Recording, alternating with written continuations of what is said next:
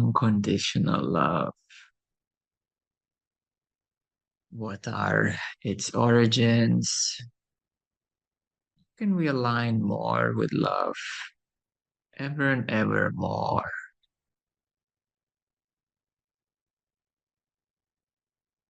Love has so many ways, so many different kinds of love exist. The motherly love, the brotherly love, sisterhood love, going all the way down to personal likes and dislikes.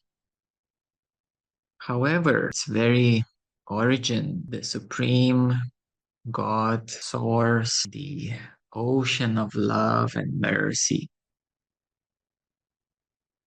in the divine is all love. It is all mercy, true happiness, true freedom. This is the true nature of consciousness, of what is God. So, in essence, God is all love, mercy, bliss, joy, and freedom. And when the soul descends into creation, it manifests, it attains vehicles of consciousness to inhabit specific regions of creation, just like you. When you go to Nordic countries, you get a coat and warm shoes, gloves, and a hat to keep you warm. And when you go to tropical regions, you suddenly become lighter. You wear only t-shirts and dresses and so on. So the soul takes on these vehicles of consciousness to visit, interact, experience, be in specific places of creation.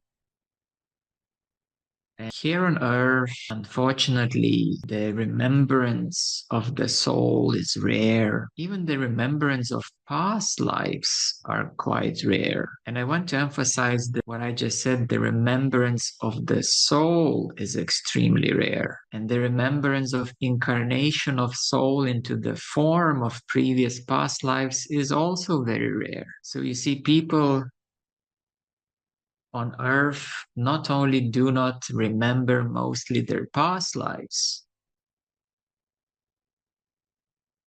and of course, if we escape the planetary matrix, if somebody goes and lives on other planets, there's no more veil, so the memory of the past lives can be retained better. You may remember maybe 2, 3, 5 past lives much more easily. But the remembrance of soul is even more than remembrance of your last physical incarnation. Therefore, love is the way back. Fortunately, there is love in this world. It is love that keeps us together, connected. It is out of love that the most beautiful families are created. It is out of great love of the parents that their offspring, a child, comes into this world. Love is something that gives us hope, that provides fuel to the heart, joy to the mind. So people of earth know what is love. We may say it is the most important thing in our lives because upon passing away, what are we going to remember most?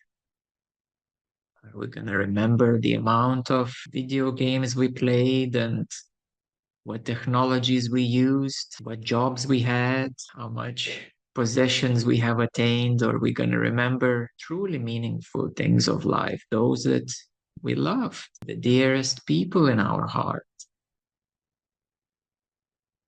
So love is the deepest connection between us. It is the fuel of the heart, and it is that which connects us higher. So Coming back to the top view of God, first of all, God is all love. And God never runs out of love, never extinguishes its love.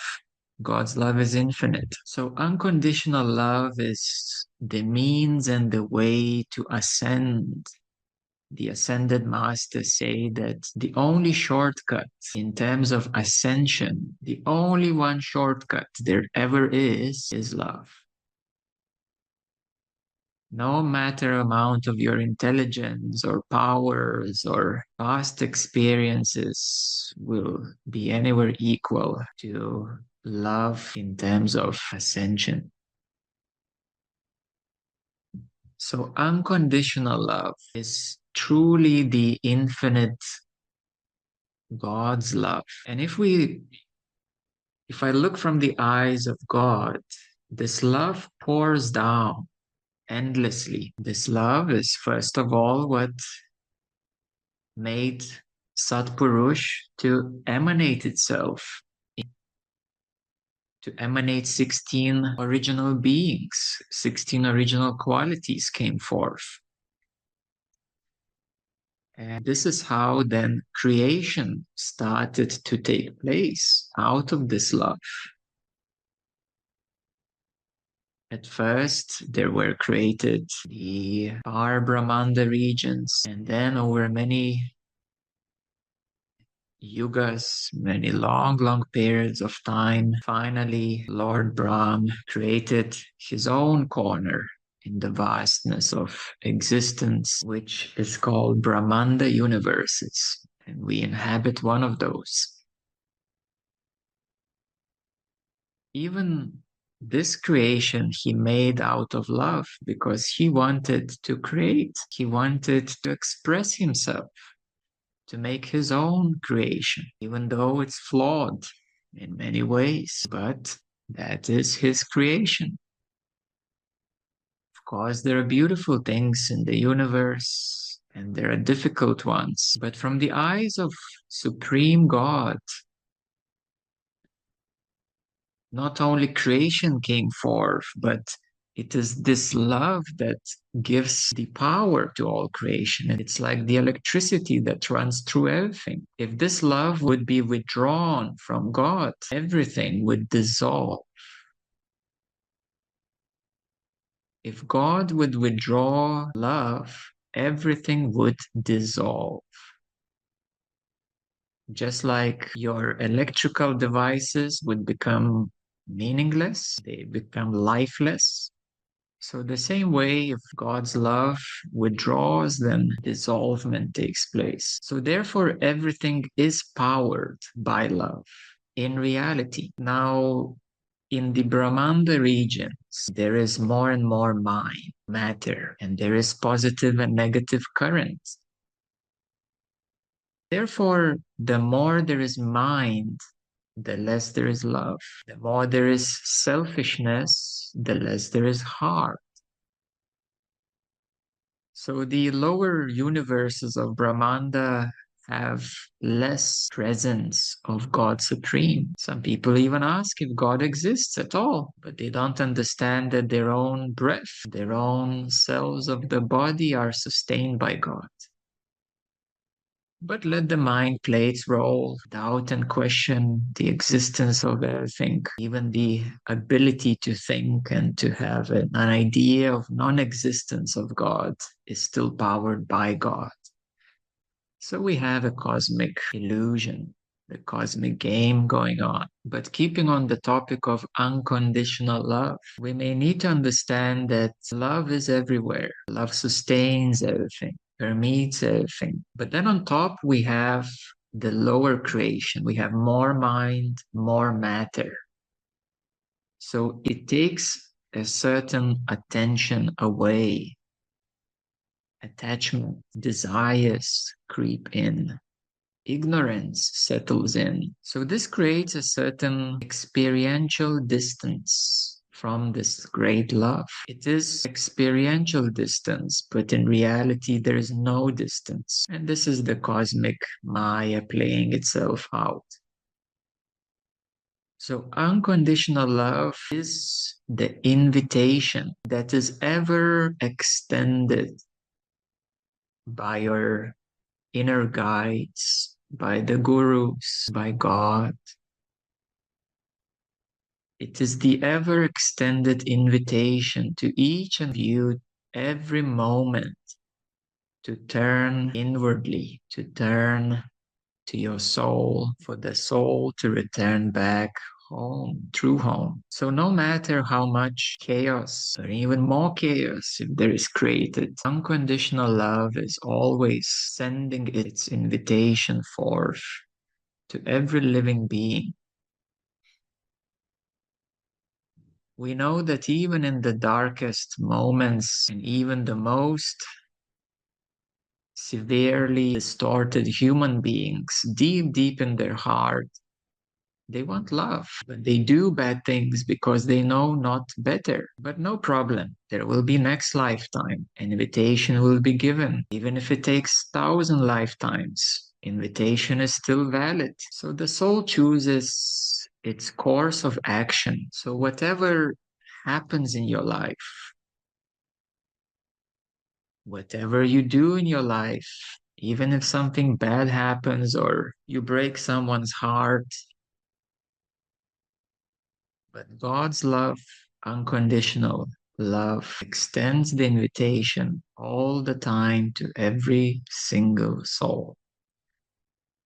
Some people fall into the fears, into the darkness, that they are unworthy of love, that they committed sins and now love doesn't love them anymore. This is all mind speaking. This is all fear speaking. It couldn't be further from the truth because unconditional love, it bypasses the mind.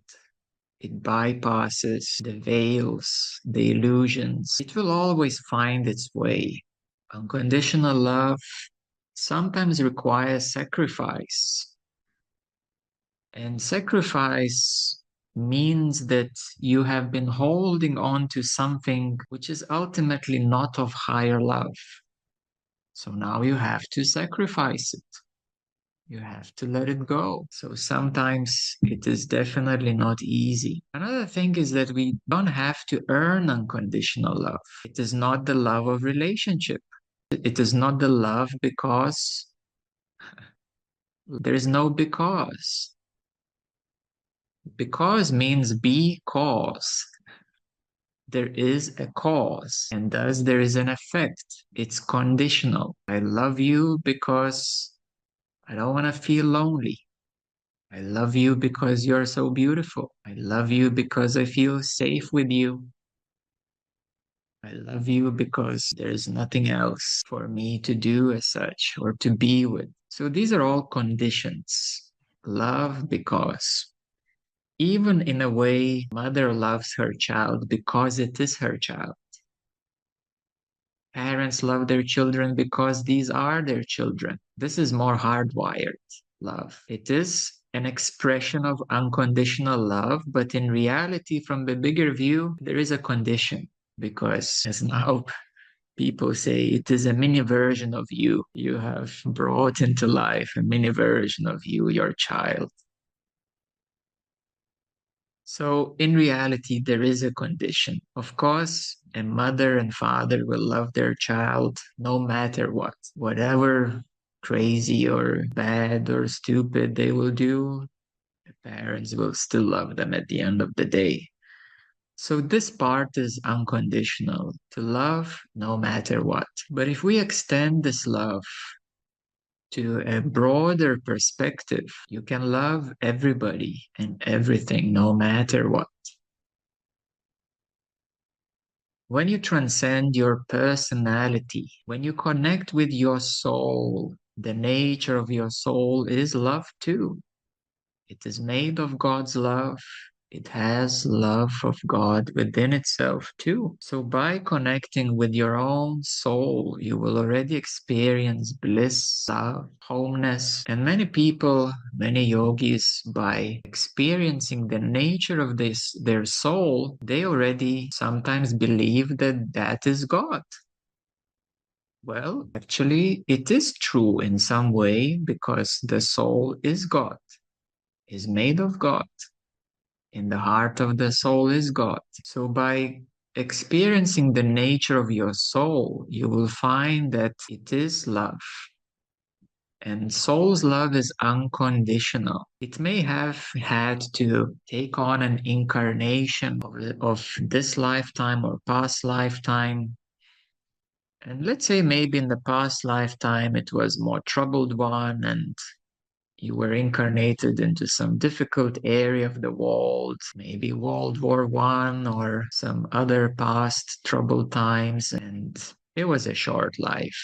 Something bad happened, you passed away. Well, the soul, in a way, had to go through it because there is a law of karma and there is a time when the soul needs to come down and it uses the best it can. So that was a lifetime like that. This lifetime is like this. We don't have too many major problems, but the world is still very troubled. But the fear and anxiety is more of a choice right now, isn't it? The fear and most of the problems in your life are more of a choice, actually. 90% of cases, at least, because in reality, it is not a wartime right now. It's not like suddenly the soldiers will barge in and take you to a labor camp or anything like that. So your complaints of daily life is more of a choice. In reality, it's rather peaceful time overall. Although, of course, the mind always pays attention to what's wrong. Just turn on your TV and you will instantly see 50 things that are wrong. That's what the media these days is doing, creating more fear. Since it's relatively peaceful time as a whole, well, the media maintains its business to keep people in fear. Of course, there are still areas in the world that are troubled, like Ukraine and so on, Israel now. However, generally, life is better in this incarnation here on earth than in any past few thousand years altogether. So in a way, you're living one of your best lives on this earth right now. As a soul, it's having a ball. It's one of the best lives in a long, long, long time. You may see it as a celebration for the soul. Finally, information is freely available. You can travel anywhere you want with a few $100s. You can eat whatever you want from any part of the corner of the globe. You can dress up any way you want. There is so much abundance today available. Well, coming back to unconditional love, you don't have to earn it.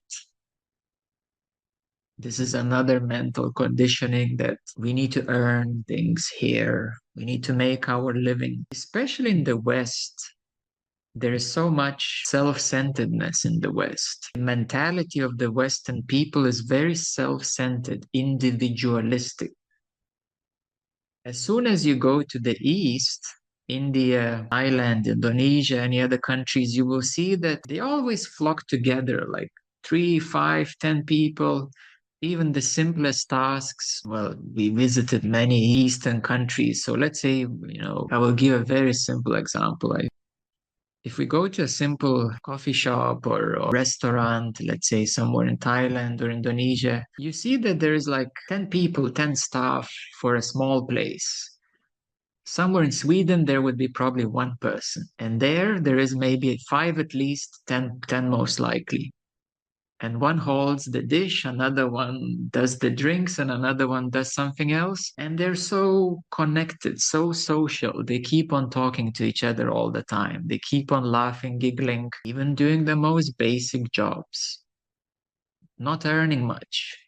Their wages are very little, just few dollars for 14 hours work during this long day, but they're all together. They're flocking in the social togetherness. And that's why they're happy. That's why they maintain a collective happiness. And in the West, the materialistically abundant individuality, is still happiness nowhere to be found. Well, that's the problem of the Western mentality. So essentially, unconditional love doesn't need to be earned because it is available. You have to, though, quiet your mind because that is like the mainstream media. It has its own agenda and it will keep on bothering you until you will resolve these conditionings and attune to inner light, inner love. And the mind will become more of your servant rather than your master. So when the mind becomes your faithful servant, you will find that you don't have to earn love. You only need to attune to love, to remember the true nature of all creation, all existence. This is the most beautiful and biggest news to share with all of you, that the highest, truest nature of all existence, beyond all universes, is the biggest love there ever is. There is so much love that exists above that you can't handle it. You wouldn't be able to handle it. There is so much love that your mind would freeze and run out of your ears, or it would liquefy and steam out of your brain. There is so much love that even your body can't handle it because your body is used to low vibrational foods, being lazy, being intoxicated, breathing polluted air. It's amazing how human body can adapt and survive. But if we go to the higher existence, this body will struggle a lot because everything is so clean, so pure, so loving that the body will feel out of its place. It will feel like fish in the air, out of water. The water is more dense. It's more accustomed to density rather than purity and love. When I, on occasions, visit some other places in the universe, recently I visited our neighbors in the M45 galaxy cluster. There is a beautiful planet up there, and I went there with my etheric body. So beautiful, so healthy, so pristine that when I came back from this etheric place back into this body, although this body, like literally my body, is already used to so much higher vibration, but even comparing to the higher density life, it becomes a contrast that, the environment, the air, the water, the earth is of a denser nature. It has less love in it, in this denser creation. So as we ascend, as we go upward, love is so permeating, pure and light that the lower aspects, lower vibrations, or lower vehicles of consciousness are not compatible. That's why physical body is for physicality. If I went with my etheric body to etheric place, it's so much lighter. Yet again, of course, this body has been rewired for so much higher vibrations that it can handle much, much bigger love than anyone else around. And this love and this vibration is so high frequency, so pure, so high that, of course, my chakras and third eye is attuned to that. But as soon as I open my eyes and look around in the environment, it's like, whoa, it's like walls and dimensions apart. There are so many layers between the divine God's nature and opening the physical eyes and looking around. So the beautiful news that you should take into your heart and remember in your soul is that love is the true nature of higher and higher existence. This is the single best reason for us to ascend, for us to familiarize with the higher nature of existence. In essence, you can never lose unconditional love because that is the nature of existence. And down here, okay, some things are challenging, some things are literally opposite as they're supposed to be. Well, this is a unique creation of polarities, of negative powers, of veils and forgetfulness, games of ignorance. It's a unique place, a unique situation. But luckily, again, this lifetime is just a glimpse. 80 years on average is nothing comparing to your soul who has lived millions and billions of years. So for the soul, this life is just a glimpse. Forgiveness is a big aspect. Forgiveness requires wisdom. You see, a person who doesn't know the nature of higher existence will have a big trouble with God. They ask the usual questions. How does God allow these things to happen? How does God allow injustice in the world? All these usual questions come to the mind. A Christian gets puzzled where the Bible says God is all loving, and they look around and there's so many troubles in the world.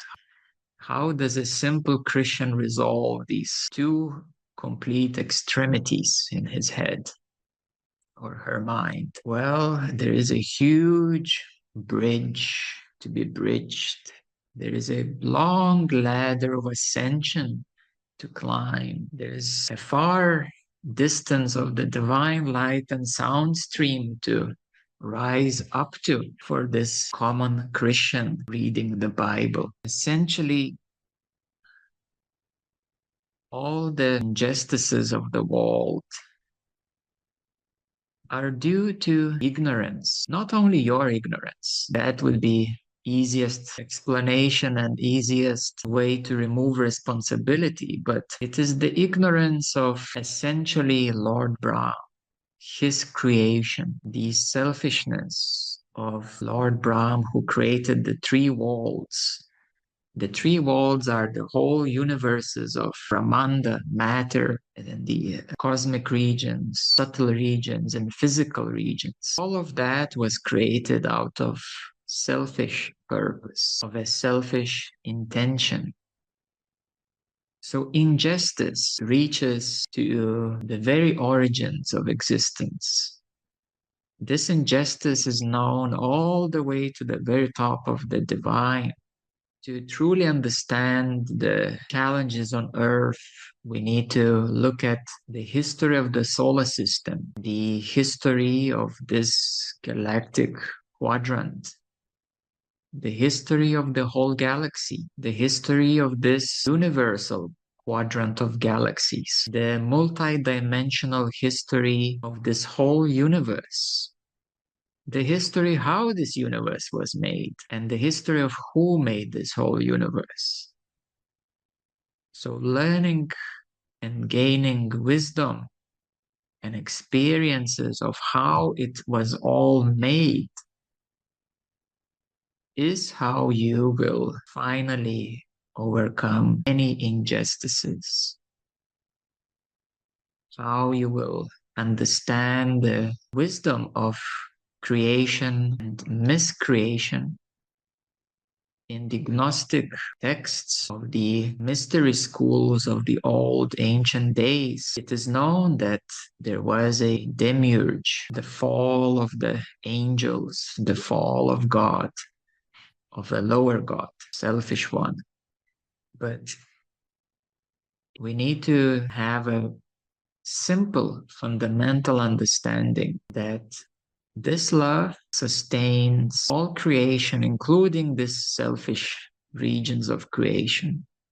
It sustains even the miscreations because they're temporary. In a few billion years, it will be dissolved. For a few million years, our galaxy will collide with Andromeda galaxy. In some amounts of billions of years, our local universe will start to go backwards in time and it will start shrinking again. It will dissolve.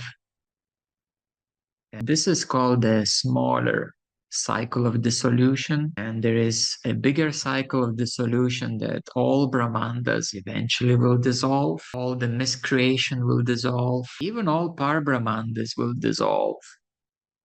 And this is the cosmic nature of creation, sustenance, and dissolution, whether in the lower regions or in the higher regions.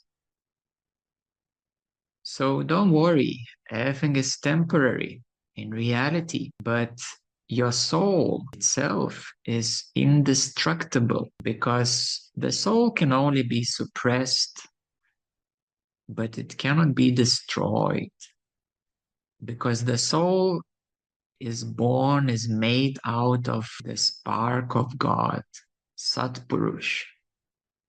So this part in the soul can never be touched or dissolved or destroyed. So therefore you do have eternity within you. And of course, when you become more conscious of it, when you meditate upon it, you can experience directly more and more the nature of the higher reality, higher existence. So unconditional love never runs out, permeates everything. There's nothing you can do to revoke this unconditional love. Nobody can do anything to revoke it. People can only run and hide. The selfish gods can make other creations and play their own games, but all of that is temporary. Nobody can revoke the nature of love. Love doesn't have to be earned. It's the nature of existence, and you can never lose unconditional love. You can only get entrapped in your senses. You can only believe what your mind tells you. You can immerse into the materialism or the desires within you, but you can never lose the true unconditional love. So the way to enhance unconditional love is with forgiveness. Because when you forgive everyone who caused you trouble, when you forgive your own mind for its ignorance, when you forgive your own body for its shortcomings or pains, when you forgive your emotional body that's been beaten up over the decades, when you forgive your etheric body that's been also beaten up by all the challenges of life, when you forgive your heart for its heartbreaks,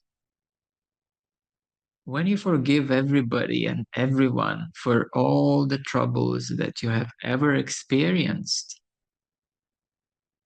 you open the doorways to freedom. And by opening these doorways, then you remember the existence of love.